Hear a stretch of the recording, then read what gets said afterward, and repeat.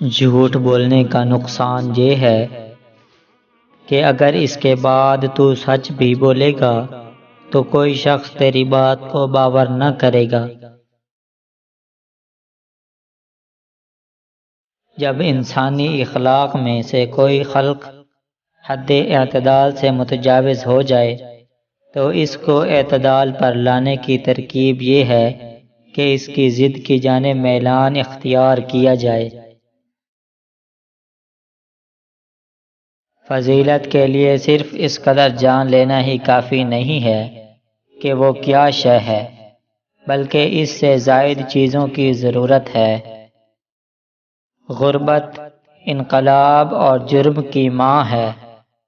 انصاف کرنے والے خود کو قانون سے زیادہ عقل مند نہ سمجھیں۔ غیر مانوس لفظوں کا استعمال بڑی احتیاط سے ہونا چاہیے۔ اگر غیر مانوس لفظوں کا بے محل استعمال ہو یا استعاروں کی بھرمار ہو تو ایسی زبان لفظوں کا ملغوبہ بن کر رہ جائے گی، شاعرانہ زبان نہیں ہوگی۔ اظہار کے سلسلے میں مناسب اور ہم آہنگی قائم رکھنا بہت بڑی بات ہے۔ سب سے زیادہ تر غم خیز وہ صورتحال ہوتی ہے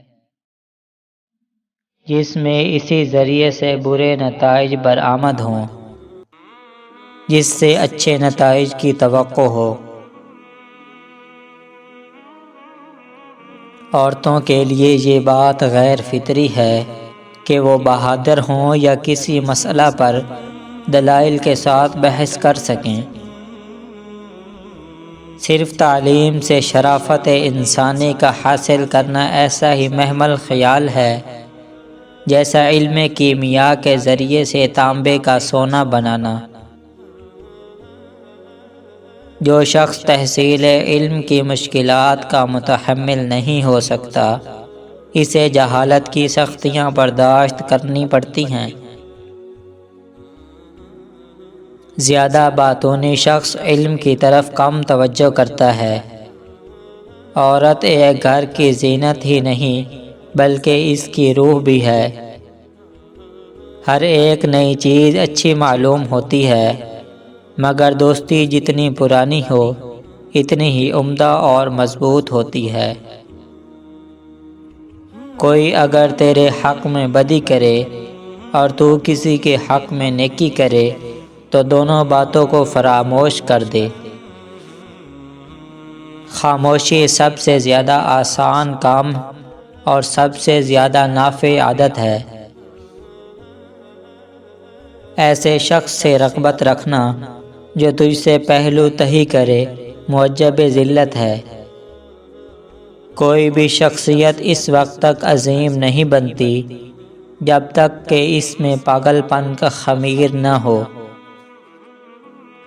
حسن صورت بغیر حسن سیرت کے اس پھول کی مانند ہے جس میں خوشبو نہ ہو۔ سب سے بڑی مصیبت قرض ہے۔ کسی کے عیب مت تلاش کرنا کہ دوسرا تیرے عیبوں کو تلاش نہ کرے۔ غصہ ہمیشہ بے وقوفی سے شروع اور شرمندگی پر ختم ہوتا ہے۔ میرے دوستو، دنیا میں دوست موجود ہی نہیں ہیں۔ لذت کی خاطر برائی نہ کر، لذت ختم ہو جائے گی اور گناہ باقی رہے گا۔ کوئی قضیہ بیک وقت صادق اور کاذب نہیں ہو سکتا۔ تو دوستو، یہ تھے چند اقوال زریں۔ امید رکھتا ہوں کہ آپ کو پسند آئیں گے۔